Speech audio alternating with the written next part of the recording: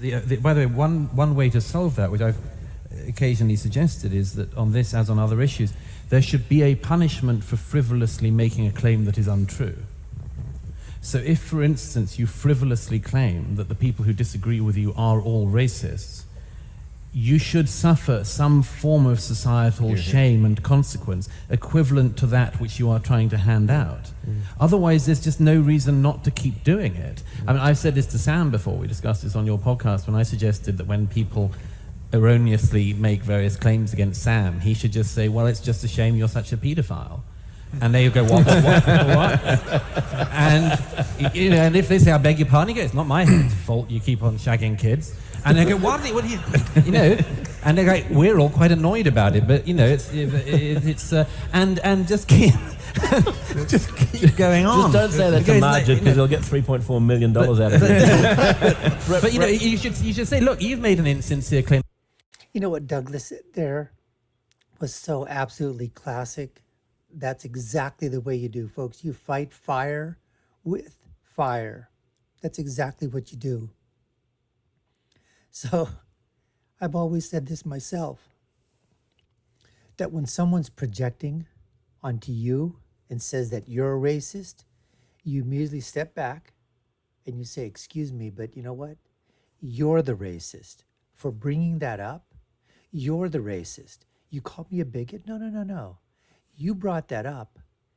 You're the bigot because of the racist statement that you just made. And you get them on the defensive immediately. Because what people do is as soon as they hear that racist word, as soon as they hear that bigot word, most people back away. You know, they don't want to get involved. They think, uh-oh, everyone's going to think that it's true because they go, no. You just forcefully, calmly, right back at them. And as Douglas basically said there, if you want to add your own thing to it, you know, another one could be is, you know what, I heard also that, you know, you're a wife beater or you beat your girlfriend. I heard that. You know, what do you think of that? Right? Oh, what do you mean? You know, what do you mean you're not? Well, can you prove it? How do you know? We heard about it. It was tweeted about. It was in the papers. I think somebody said it someplace. I heard it. That's basically what you're basically doing. You want to solidify the ground that you stand on. You want to defend your turf. But if somebody launches an offensive volley at you, instead of playing defense, you go right back on offense and go from there. Anyways, folks, there's so much more with all these guys here on this debate stage. We're going to get back to it in the next few seconds. But before we do, you're watching the Dr. Nasir Shaikh Show. I'm your host, Dr. Nasir, where I give you my political prescription from my political perspective of what happens when Douglas Murray, Majid Nawaz, the Weinsteins, Sam Harris, all of them get together and they start talking about things, social media, government, politics, policy, immigration, everything just collides. Let's get back to more of the debate right now. Electing for so long in Western debates about immigration, and that culture is a thing. And it's really important. And it's important because what it means, what do we mean when we say culture, is all of the values that bind us together. And it's our social contract. And if the social contract is being attacked, we don't know how to live together anymore. And so one thing that Goodhart is very good at in the UK is an author, David Goodhart. And we have been pretending for so long, especially through the 90s, with this word multiculturalism, that one culture is not in any way better than another.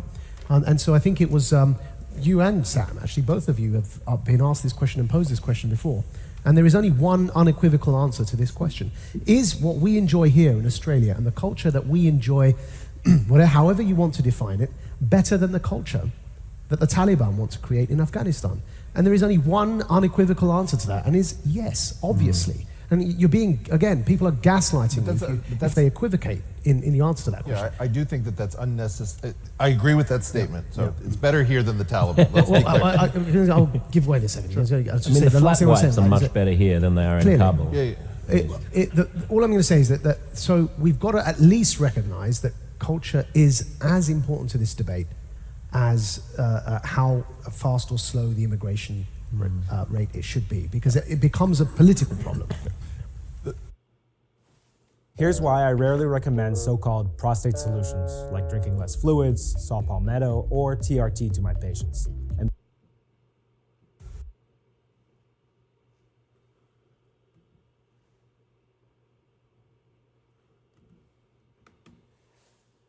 the point is, you don't.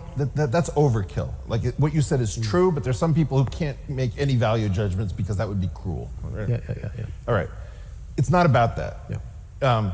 You guys drive on a side of the road that I don't recognize as being the correct side of the road to an American. All right, is it better to drive on the left side or the right side?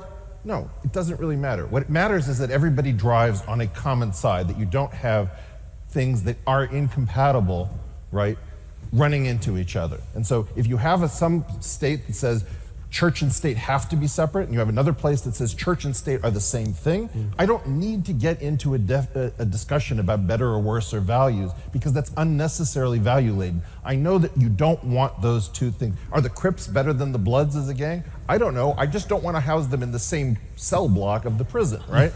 So there are certain aspects of this that are simply about compatibility that can evade the value judgment so that we don't have to get into that thorny territory. Now, there is I think way too much of this ends up for an American taste because we don't have the same issues with Islam yet in our immigration situation that Europe has. So in the US situation, what I would say is you have never, ever, ever heard an honest immigration conversation. The people who sound compassionate are not compassionate. You have a class of people I call immigrant-entrepreneurs who are making money based on immigration, like immigration lawyers or people who run pension plans, who are trying to figure these things out from a financial perspective. And what happens is that you have domestic groups transferring money amongst themselves. Like, let me steal some money from over here and give it to some people over here in the same country. The owners of capital say, hey, I see that labor is getting a certain share. If I can use immigration, I can beat down wages by pushing out the supply curve. And then fundamentally, I can capture a giant prize called the Borjas rectangle, just living inside a tiny efficiency gain in economics called the Harburger triangle. So you talk about the Harburger triangle as this little efficiency gain, but the real thing that you're salivating over is if I can just get labor to hate themselves for worrying about immigration, by worrying that there's somehow xenophobic, then fundamentally I can push down wages and make it impossible for people to agitate for more money, better conditions, et cetera, which is why it's so bizarre that the left has been fooled. I mean, it's just amazing. And I was told this by people in Washington. And somebody said to me, you don't understand how brilliant our immigration policy is. If you object to any part of it, you're a xenophobe. So we have a way of getting American labor to give up on itself because we will make them self-hating, right? This is a conscious part of the conversation. And when I discovered in the 90s that in 1986, the American National Science Foundation had done a study of how to keep American scientists from making more money by using visas to make Americans mitigate their wage demands, I thought, this is completely bananas. We're supposed to be drawing our own people into our own fields, and we're secretly plotting against them using economic theory. And what are we doing? We're using immigrants as an invidious tool to transfer money between groups. And then what we do is we say, oh, you wouldn't hurt an immigrant, would you? Well, no, I'm not angry at immigrants at all. I'm angry at domestic rent seekers who have figured out how to manipulate the situation. It doesn't require culture. It doesn't require any discussion of Islam. The key point here is that you have never been allowed to have or hear a conversation about immigration in adult terms where compassion, where self-interest, I guarantee you that there's nobody on this panel who is for open borders, and there is nobody on this panel who is for closed borders, right? Just in the European context, though, I think the cultural conversation around Islam is particularly difficult to avoid because you've got citizens of Europe born and raised. I'm not saying that there is no cultural issue. We have cultural issues in the US as well. And I do think, to be honest, that we benefit from a certain amount of foreign culture to give us hybrid vigor. Right? So it's not that I'm trying to keep American culture pristine and we have to only integrate. I don't want to only integrate. I'm pretty excited about immigrants, and I want to make sure that we have a sustainable stream for generations to come by not binging and purging and doing some sort of violent process that is based upon allowing people to manipulate our heartstrings against our better interests. Douglas and then there's a set of Eric Weinstein.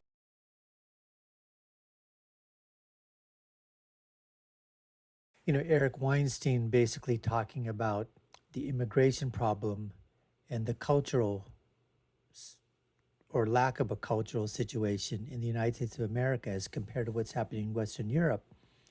And he was basically talking about it from a means of an economic standpoint, that how the political parties and those people in power are utilizing or using the fear of immigration, the fear of immigrants, the fear of change in order to manipulate it in a way that they can basically line their pockets and bring about policies that are going to be able to better, suit the power establishments or suit these entities or companies that think they can utilize, immigrant wages. Because the thing is that, yes, the more you have of something, guess what? You're going to lower the quality.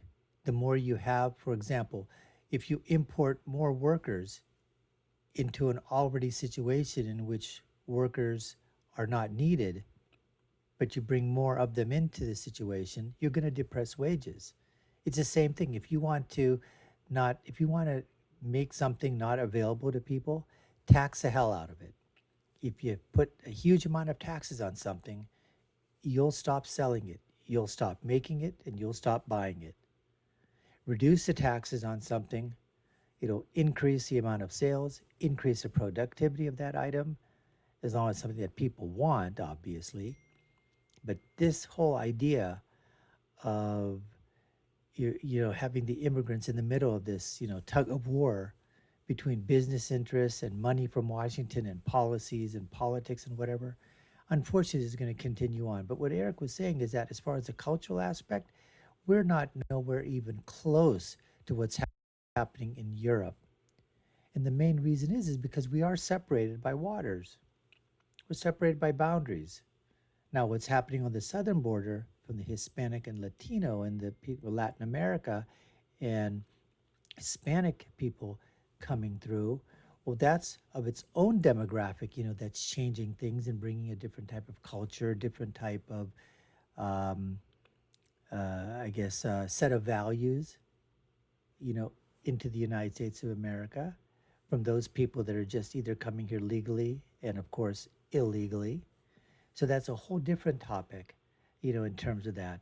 But for right now, as Eric pointed out, there really isn't that big of a deal yet of the type of thing that's happening in Europe, where they're saying the Islamization of Europe is occurring, especially in those areas where the immigrants tend to populate in those, ghetto areas, basically, and just collectively colonize, for lack of a better word, that the population in those cities like Leeds, Birmingham, even in London right now is like 50, 60, 70%, immigrants and like first wave immigrants.